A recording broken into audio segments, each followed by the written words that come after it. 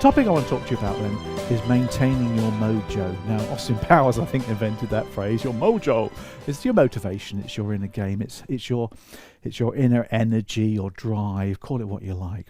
And sometimes, of course, your mojo can deteriorate, and self-talk can get the better of you. You can start to give yourself negative self-talk, and that can drive you down and make you not perform well. So here's a few ideas to help you with that. Now, a few years ago, I used to live in the countryside, and one of the benefits of living in the countryside is you can get out there and walk in it. But I used to like to run in the countryside, and running was always my sport a few years ago. I do a lot more swimming now, and a lot less impact on the knee. But when you're running out in the countryside, it means you can just run freely through the lanes, through the paths, and just really enjoy it. And I used to give myself a target to go out running 3 or 4 times a week, particularly when I was working from home. And one particular day I was working from home, and I targeted myself to get out for a run at about 11 o'clock when the sun had come up. So I got myself dressed in all my gear, as you do, you know, your earbuds, etc., and got to the front door. I was just about to dart out, go for my run. I looked to my left, and there was my daughter. This was a few years ago, of course. She was quite young then. She was about 12, I think, sitting at the kitchen table doing her homework. And I said, well, what are you doing? Why aren't you at school? And she said, Daddy, it's an inset day, which means the teachers, of course, have day off, and we have to work from home, she said. I said, oh, okay, that's fine. I didn't even notice. That's what a dad I am, or was. But I said to her, look, I'm off out for a run. She said, Dad, you can't do that. She said, you've got to stay here and look after me. I'm too young to be left alone on my own. Now, I don't know what the law is. I think she's about 11 or 12 at the time. And I thought, well, do I go? Do I leave it? I thought it was only 40 minutes or so, 30 minutes. I thought, I'll go for a run. So off I went, and I ran down the lane. I got to the bottom of the lane. Now, here's a photograph of the lane. Now, at this point, what I used to do is put my leg up on that fence there, on that gate, and do the stretches. You know, like you do those sort of stretches. You check your muscles, etc., and do all that. And obviously, when you're doing that, you want to make sure there's people watching you. Have you seen joggers do that? They do their stretches, and they're looking around to see if anyone's watching them. They're so proud, aren't they? I love it when they get to traffic lights and they're still jogging along, aren't they? Making sure people can see them. But I was doing my stretches. And at that particular point, you could have actually seen where I used to live. I'll show you the picture there. That's the view I had from the gate. Now, if you zoom in there, you'll see that you can see the front door. Obviously, better eyesight than the camera. Now, the thing I had here, though, is the front door opened, and my daughter came out waving like this. I could just about make her out. Now, her view was this, just to give you a picture. She could see this view across there. Let's zoom in there. She could see the gate where I was. So she could quite happily see me doing my thing. Now, my first reaction was, oh my God, she's in danger. Why on earth did you leave her there? What's going on here? You terrible, terrible father, you. So I sprinted up the lane to get home quickly. I sprinted as fast as I could along the lane, up towards the top there, and I got to the house, and I was huffing and I was puffing like you do when you're sprinting. I said, Bethan, what's the matter? I said, are you okay? What's happened? It's terrible. You know, I'm here now to rescue you. And she said, Dad, calm down. She said, calm down. She said, you know, I'm okay. I said, Beth, I thought you were in danger. I thought you were in trouble. I thought you know, that your world was coming to an end. She said, Daddy, don't. I'm fine. She said, I was just waving at you, she said, to say that I loved you. And I thought, oh, isn't that lovely? And then she said something really poignant that I remember to the day. And I'll tell you this on words as well as verbal as well. She said to me, Daddy said, it's your fault, she said. It's your thought. And that's the key words that I remember even today. When we have thoughts in our heads about whatever, it's our fault. We decide to have those words, don't we? Nobody else does.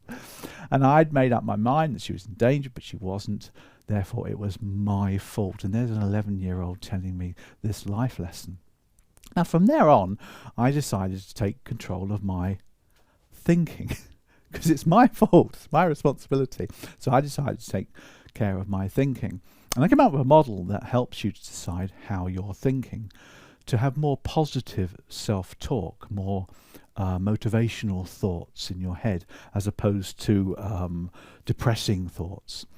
And this model is one you might want to use yourself. I'll visually show it for you, and I'll verbally describe it for those of you on the podcast. But the model looks like this. You get a piece of paper, and at the top of the piece of paper, you write up there future thoughts. So at the top of the paper are your future thoughts, your future thinking. At the bottom of the paper are your past thoughts. These are thoughts that are more memories, if you like. You've had them in the past, whereas future thoughts are things that haven't happened yet, where you're thinking about the future. So that's the first part. Then you divide it even further into plus, in other words, positive thoughts. So up here you've got positive future thinking. So what's not happened yet that's pretty pleasing. Down here you've got positive thoughts that have happened and they're equally as pleasing. But then you have the negative stuff. You have negative future thoughts. Again, these are thoughts that haven't happened yet. These are things that haven't happened yet, but they're going to be negative. And down here you have past thoughts that were negative. And it's obviously these that cause the problem with your self-talk. So let's just sort of band that up a little bit and show what's going on. Let's go to the top here, where we have future thoughts that are positive. Now these are things like your holidays coming up, the weekend you got looking forward to, your dreams, your goals. I mean, Shelley and I were talking about Christmas and, you know, the kids just coming over, and Andy and my son Ewan, and having a great time and maybe spending time in New Year as well. And it's a lovely thing to think about. 7 weeks to go. I mean, I've got a couple of really good gigs coming up online and face-to-face where I'm presenting to large audiences. Really looking forward to that too. And next year's not looking too bad as well. So things are looking good. So that's where you want to write down everything that's exciting you for the future. And it's good to jot these things down as well. The next thing, though, is when we take a look at the past thoughts. These, again, good things that have happened. So it's good memories, successes you've had in the past. So I said Shelley and I went for a walk yesterday, and mostly the walk was lovely. It was enjoyable. It was fun. The sun was shining. It was warm. And we still got that warm memory inside us.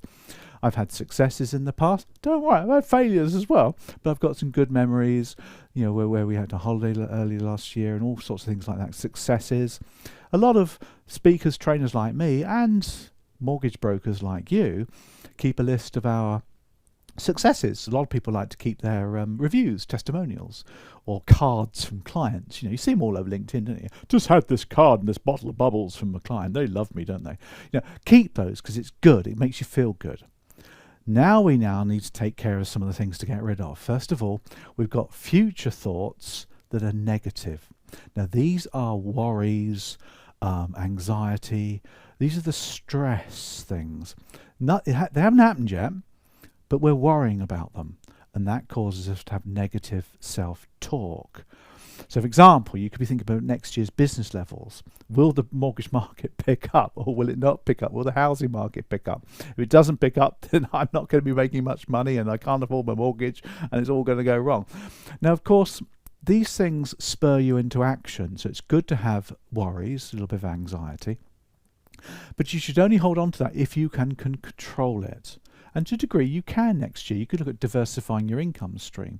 You could look at doing other kind of income methodology if you wanted to.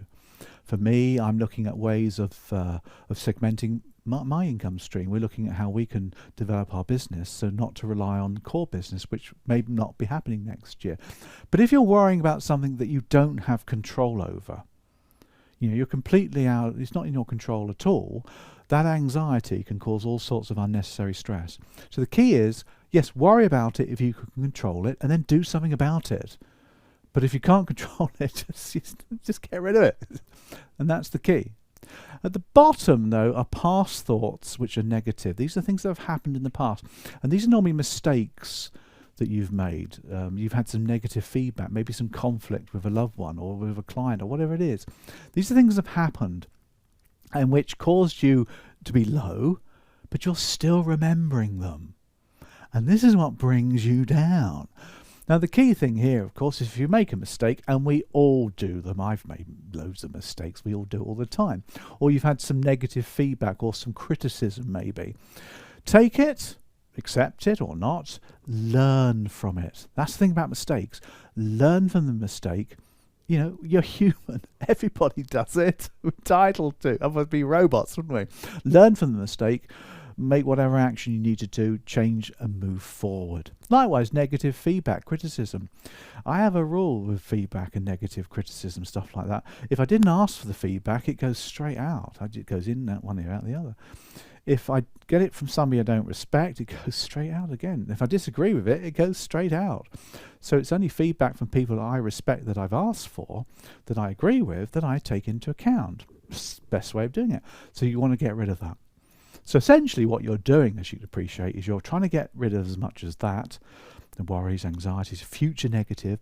You're definitely getting rid of your future past thoughts, because these can just like bring you down, man. If you don't control these will just bring you down. You want to really focus on these things. These are great. These really motivate you. And these things are okay, as long as you don't pine over the past, maudling over the past. My old granddad, before he passed, it's great in the past. He said, the old days, the good old days, he'd say. They weren't that good, actually. But people remember them with rose-tinted spectacles, don't they? So a little bit of that's fine as well. But what you want to do is focus your time on this bit in the middle, the now, today. We all know this. Call it mindfulness, call it what you like. Focus on today, focus on what you've got going on, the excitement, today's activities, and maybe the future. And that way your self-talk will radically change, and you'll be much more motivated, and you'll be able to maintain your mojo.